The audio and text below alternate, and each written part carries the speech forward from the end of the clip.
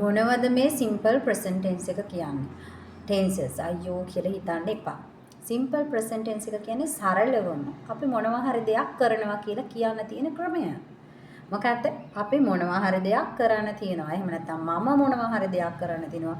ඔයා මොනවා හරි දෙයක් කරන්න තියෙනවා. කවුරු හරි මොනවා හරි දෙයක් කරන්න තියෙනවා කියලා සරලව කියන ක්‍රමයට අපි කියනවා සිම්පල් ප්‍රසන්ට් ටෙන්ස්. මේක මේ සිම්පල් ප්‍රසන්ට් ටෙන්ස් කිව්වයි කියලා ඔයා බය වෙන්න අවශ්‍ය නෑ. මොකද සිම්පල් ප්‍රසන්ට් ටෙන්ස් කියන්නේ බලන්න සිම්පල් කියන්නේ සිම්පල් ලයිෆ් කිව්වොත් අපි සරල ජීවිතය නේද?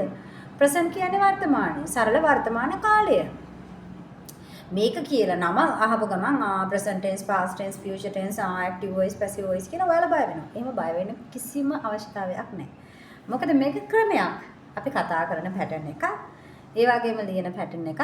ඒකට නිකන් නමක් තියෙනවා. ඒ නම ගැන එච්චර අපි ලොකුවට හිතන්නේ නැතුව සාමාන්‍ය සරලව හිතලා සිම්පල් දේවල් සිම්පල්ම හිතලා මේ වැඩේ පටන් ගන්න. හරි. එතකොට සිම්පල් ප්‍රසන්ට් ටෙන්ස් එකෙන් මෙන්න මෙහෙම එකක් තියෙනවා. මෙන්න මේකයි ළමයි පටලව ගන්න ප්‍රධානම හේතුව. සිම්පල් ප්‍රසන්ට් ටෙන්ස් එක සිංගියුලර් කියලා අවස්ථාවක් සහ ප්ලූරල් කියලා අවස්ථාවක් තියෙනවා. පොඩි සරලවම කිව්වොත් සිංගියුලර් කියන්නේ එක වචන, ප්ලූරල් කියන්නේ බහුවචන. හරිද? I කියන්නේ ඉංග්‍රීසිය තුල බහුවචනයක්. I මම වුණත් ඊට පස්සේ you they we ඊට පස්සේ නම් දෙකකට වැඩිලා ඕනම කණ්ඩායමක් වගේ වෙනවා නම් කියන්නේ ගොඩක්නේ බහුවචන කියන්නේ මහ ලොකු දෙයක් නෙමෙයි. ප්ලූරල් කියන්නේ බහුවචන. ප්ලූරල් ඒවට ඔක්කොටම අපි do කියන ඒ කියන්නේ ක්‍රියාව ඒ විදිහටම දාලා තමයි හදන්නේ. ක්‍රියාපදේ ඒ විදිහටම දාලා තමයි වාක්‍ය හදාගන්නේ. හැබැයි අපි සිංගියුලර් වලදී මෙන්න මේ ක්‍රියාපදය ඒ සවුන්ඩ් එකක් එන විදිහට වෙනස් කරනවා. ඒ සවුන්ඩ් එක එන විදිහට වෙනස් කරන්නේ කොහොමද කියලා අපි පස්සේ කතා කරනවා. දැන් චූටියට මම මතක් කිරීමක් කරන්නම්. මොකද නැත්තම් මේක හදාගන්න බැරි වෙන නිසා. අපි කියමුකෝ verb එකක්. සමහර verb වලට s එකක් විතරක් දාලා අපි මේක සිංගියුලර් කරගන්නවා. කොහොමද? eat eats කියනවා අපි. ඊට පස්සේ අපි කියමුකෝ run runs කියනවා. s එකක් විතරයි දාන්නේ. හරිද? සමහර ඒවා තියෙනවා නම් ඊ අකුරක් අගට. දැන් කම් එකේ ඊ අකුරක් නේ අගට තියෙන්නේ. ඒකටත් s එකක් දානවා. come comes take takes. සමහර තැන්වල මේවා චූටි වෙනස් වීම් තියෙනවා පුතේ. ඒක ගණන් ගන්න එපා. හරිද?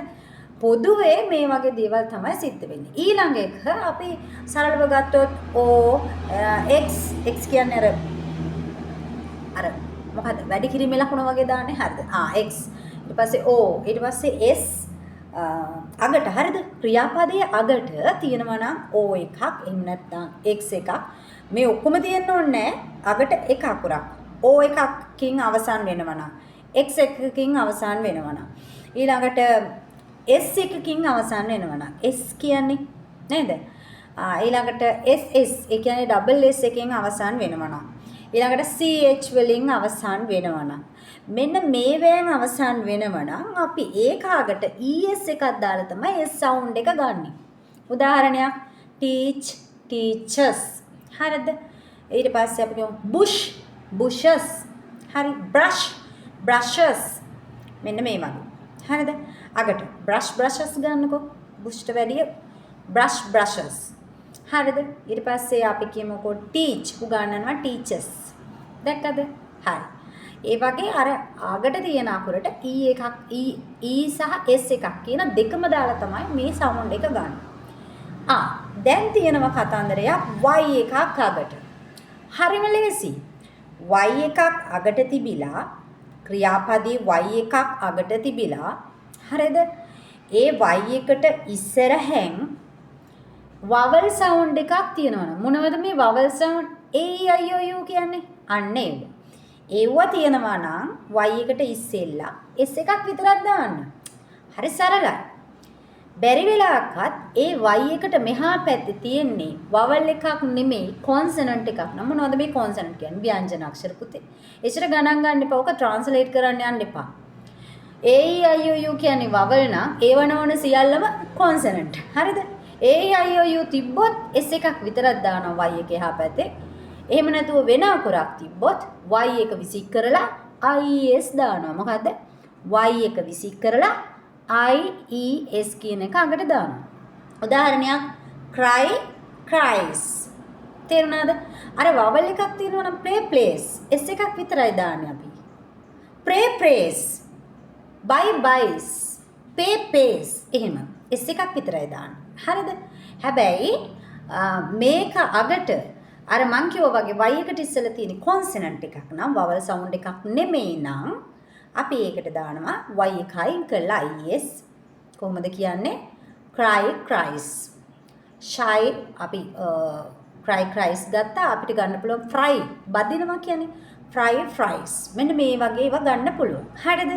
හරි. දැන් මේ කතාව ඕන වෙන්නේ ඔයාට මේක singular වලට හදන්න තමයි.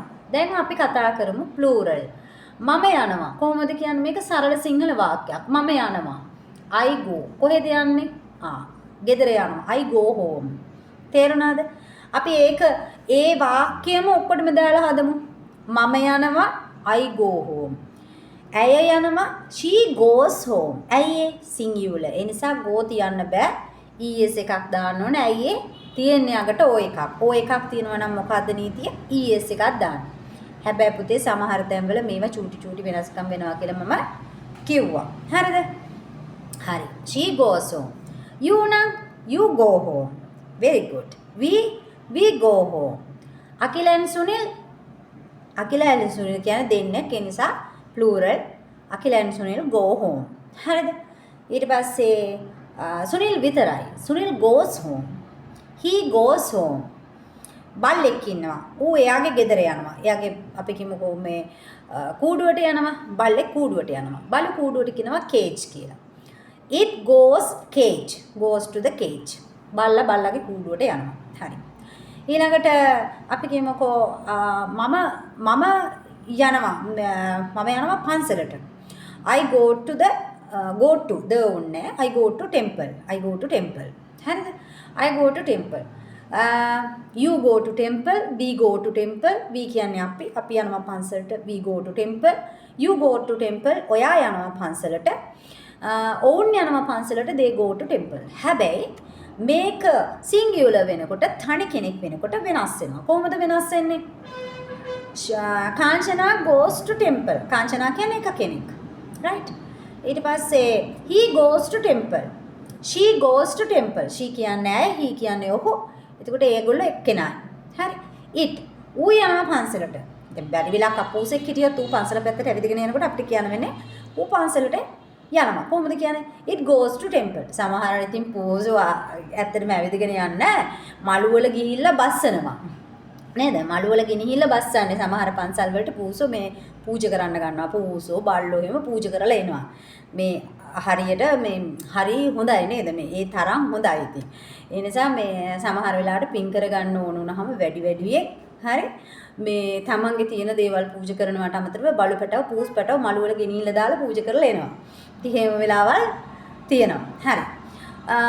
එතකොට අපි කතා කරන්න ආවේ singular plural කියන දෙකෙන්ම වාක්‍ය හදන්නේ කොහොමද? සරල සිංහල වාක්‍යයක්. සරල සිංහල වාක්‍ය ඉංග්‍රීසියට දාගන්න.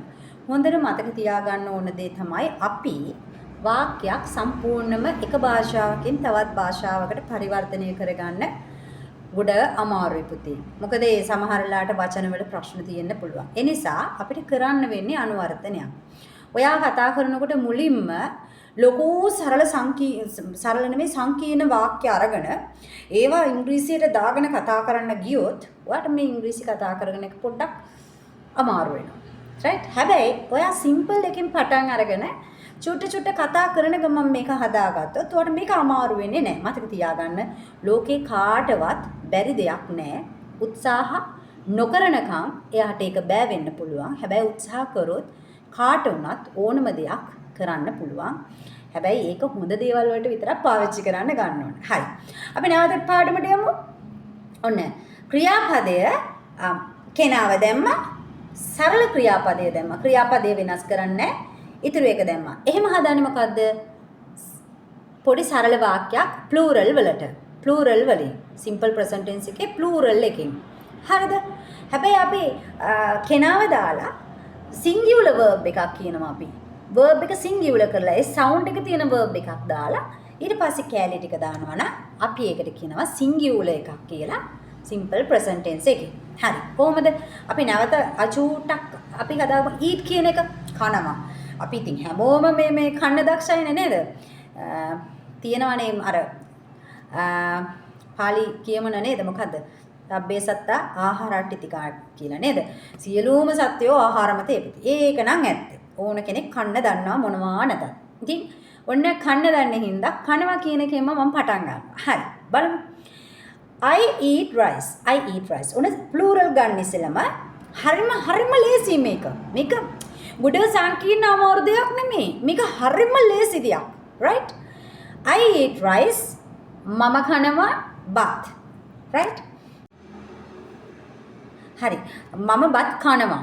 I eat rice. ඔයා බත් කනවා. You eat rice. ඊළඟට ඔවුන් බත් කනවා. They eat rice. දෙන්නෙක් බත් කනවා දැන් දෙන්නෙක් එක බත් දෙකෙන් කන වෙලාවලුත් තියෙනවානේ.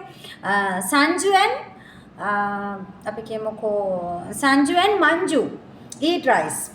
ඒ eat වෙනස් වෙන්නේ නැහැ. මොකද ඒක plural. හරි.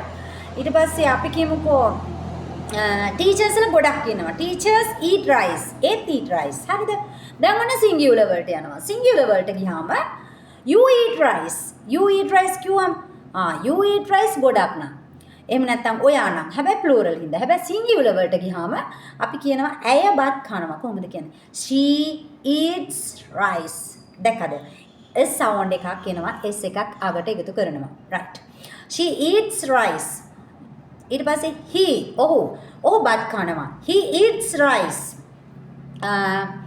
අපි කියමුකෝ ඌ බත් කනවා. දැන් පූසෙට බත් ටිකක් දැම්මා. පූස බත් කනවා. කොහොමද කියන්නේ? It eats rice. හරි. It eats rice. ඊළඟට අපි කියමුකෝ කමල් කියලා මිනිස්සෙක් ඉන්නවා. එක්කෙනයිනේ. හරි. Kamal eats rice. මතක තියාගන්න. මේක හරිම ලේසි ක්‍රමයක්. ප්‍රැක්ටිස් එක තමයි ඕන. ප්‍රැක්ටිස් වෙන්න ඔයාට මේක දරා ගන්න පුළුවන් ශක්තිය වැඩි, තේරුම් ගන්න පුළුවන් ශක්තිය වැඩි. මතක තියාගන්න ලෝකේ කවුරුවත් ඔක්කොම ඉගෙනගෙන ඔක්කොම හරි පර්ෆෙක්ට්ව හදාගෙන කතා කරපු මිනිස්සු ලියපු මේ කරපු අය නැහැ. ඒ නිසා ඔයා සහ මම මේ අපි කවුරුවත් මිනිස්සු විදියට එක පාට මේ ඉපදිච්ච ගමන් මේ ඇවිදගෙන ගිහිල්ලා මේ ජොබ් එකක් කරලා කන්න බොන්න ගත්තේ එහෙම නෑනේ නේද? දන ගාලා බඩ ගාලා අර කැතකුණු ගොඩේ ඈව් ගාලා කෑ ගහලා නේද? එහෙම තමයි ආවේ. ඒ නිසා මේ භාෂාවක් ඉගෙන ගන්නකොටත් අනිවාර්යයෙන්ම මේක ෆොරින් ලැන්ග්වේජ් එකක්, අනුන්ගේ භාෂාවක්. ඒක ඉගෙන ගද්දි වැරදිනමයි කියන එක අපිට ලැජ්ජා වෙන්න කරුණක් නෙමෙයි. අපි ලැජ්ජ වෙන්න ඕනේ අපේ මව් භාෂාව කතා කරන්න වර්ධින්න. එහෙම මව් භාෂාව කතා කරද්දි වර්ධින්නේ නැත්නම් අනුන්ගේ භාෂාවක් කතා කරනකොට ඉගෙන ගන්නකොට ඒක වැරදිනවනම් ඒක ඔයා එච්චර හිතන්න ඕන දෙයක් නෙමෙයි. වැරදුනාට කමන්නේ. දන ගාලා බඩ ගාලා තමයි අපි ඇවිද්දේ කියන එක මතක් කරගෙන කතා කරන්න ටික ඔයාට පුළුවන් අනිවාර්යෙන් දවසක දිනන්න. මට වැඩියෙන් දිනන්න ඕන ඔයාලා. මං හදවතින්ම සුබ පතනවා. ඉතින් ගිහින් එන්නම්.